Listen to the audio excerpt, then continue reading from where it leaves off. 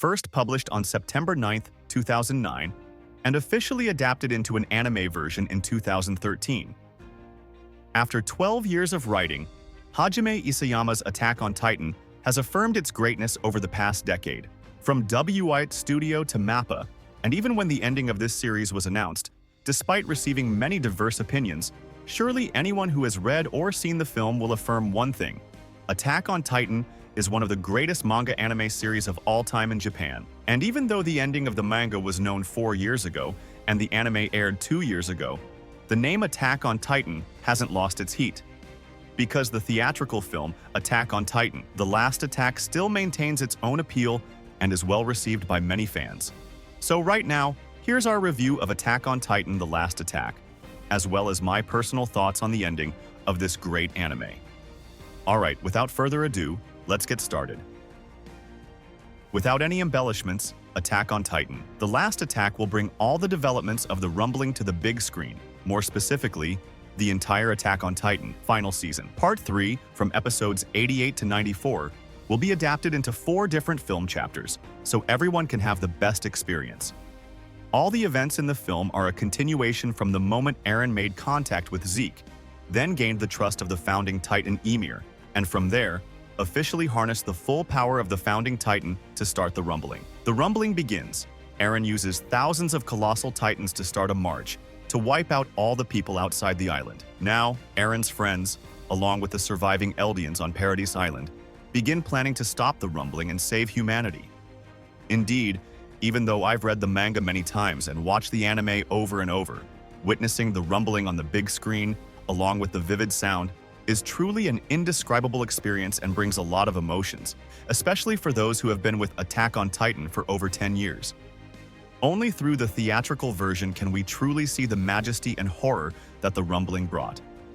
Although the content and images of the film haven't changed much, this is the time to mention the team behind this film. That's MAPPA, a studio whose quality of regular TV series is not always excellent, sometimes good, sometimes not.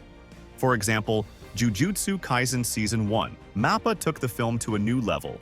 By Jujutsu Kaisen Season 2, MAPPA's somewhat rushed work began to reveal weaknesses. The images were no longer as good as Season 1. But with the theatrical film Jujutsu Kaisen Zero Jujutsu Koshien, which affected MAPPA's finances, the MAPPA team really started making films. That year's theatrical film of Jujutsu Kaisen did not disappoint fans.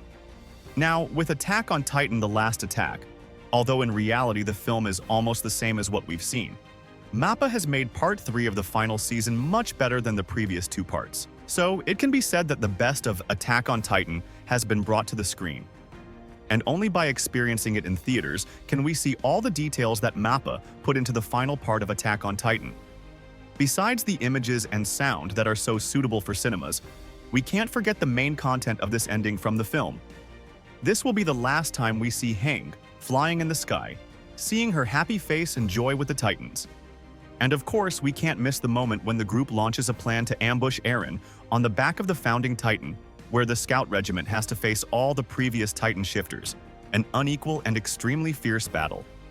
It must be said that the drama and appeal of this battle must always be ranked in the top 3 best and most impressive events throughout the Attack on Titan series. And it's really only less than the Scout Regiment's recapture of Shiganshina District in terms of tactics and drama. As for scale, it's hard to find any battle in Attack on Titan that can be as large as this one. Putting aside the splendor and majesty that the ending of Attack on Titan has brought us. Personally, after 2 years, also reviewed and felt the values that author Isayama Hajime's put into Attack on Titan. Isayama Hajime's ending was once criticized as dull, predictable, and somewhat unworthy of what he had built over 10 years. For example, if we compare events like the revelation of Reiner and Bertholdt's true identities as the Armored Titan and the Colossal Titan, or the fact that what's on the other side of the ocean isn't freedom that Eren, Armin, and Mikasa, along with the people on the island, are longing for, but in fact, the real enemy they've had all along, then it's clear that the ending of Attack on Titan is somewhat rushed and hasty. It doesn't have a twist or any overly mind-bending mysteries. So it's true that we have to agree somewhat with those who complained about the ending of Attack on Titan, the ending that author Hajime Isayama left for his spiritual child of over 10 years. But you forget one thing. The ending of Attack on Titan is the clearest mirror of the harshness of war, which is always present in the episodes and manga of Attack on Titan. It's been 2 years since the anime ended, and now everyone probably understands that no one is completely right or completely wrong in Attack on Titan. It's just that the author placed our perspective with the people on Paradise Island, so we considered them completely right. So, at the moment when the author had Armin, Mikasa, and others decide to stand up and fight against Eren, many of us felt betrayed when the Scout Regiment now slaughtered their own comrades. And then they joined forces with their enemies to fight against the founding Titan, which is now Eren. But clearly, if we look at it from a panoramic view, or from the perspective of those on the other side of the ocean, excluding the Marleyans, the other nations and people didn't deserve to be exterminated. The cycle of killing or being killed repeats over and over, which is what's explored throughout Attack on Titan. And clearly, when the author changes this cycle, the readers won't be able to absorb the information in time, leading to doubt and rejection of reality. Even though in reality, the Eldians were the origin of the war, and Reiner and Bertholdt's Titans attacking the Shiganshina district wall was Marley's response to Eldia. This shows us the cruelty of war that the author wants to convey to the audience. The brilliance of author Hajime Isayama also lies in his ability to transform an initially extremely fantastical world, from the appearance of creatures that look like humans attacking humans, to the extremely sophisticated omnidirectional mobility gear. And now it's become a war between people, like wars in world history. Indeed, there are many aspects of Attack on Titan that are spread throughout Attack on Titan, The Last Attack. However, the brightest spot of the film must belong to the trio of characters, Mikasa, Armin, and Eren. Characters who have been with the audience from the very first chapters, although Eren mainly appears in the final episode in the form of the founding Titan. But Attack on Titan, The Last Attack has a scene that no other part of the series has. That's the scene where the audience sees the weak and somewhat whiny side of the one called the Sovereign, Eren Yeager. Seeing how Eren talks to Armin and says he doesn't want Mikasa to remember anyone else, but only to think about him. If I said this in 2020, many people would say I was crazy, because Eren has also had his own developments. And in the ending of the film, when Armin replaces Hang and takes on the role of the new commander of the Scout Regiment throughout the film, we can easily see Armin's inner turmoil, having to bear such a great responsibility and power. As for Mikasa, throughout the film, we clearly see the biggest problem she faces.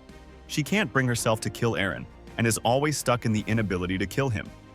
But Mikasa is also an important character in the ending of the film, as she is the one chosen by the founding Titan Ymir, the one who will free Ymir from her life of slavery. Or rather, Mikasa's ability to make the decision to kill Eren is also the key to freeing Ymir from her blind love for King Fritz for thousands of years. And the 145 minutes of Attack on Titan, The Last Attack, fully explored the main trio of characters, while also giving enough time to understand the other supporting characters.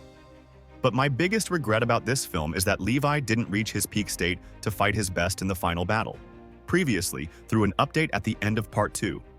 So, in this final battle, Levi's role is a bit more subdued compared to his teammates, but he also had some touching scenes in this ending, and these scenes can make many people shed tears.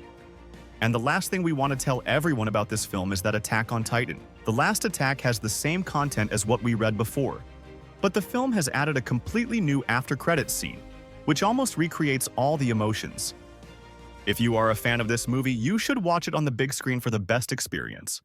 Now, goodbye and see you again.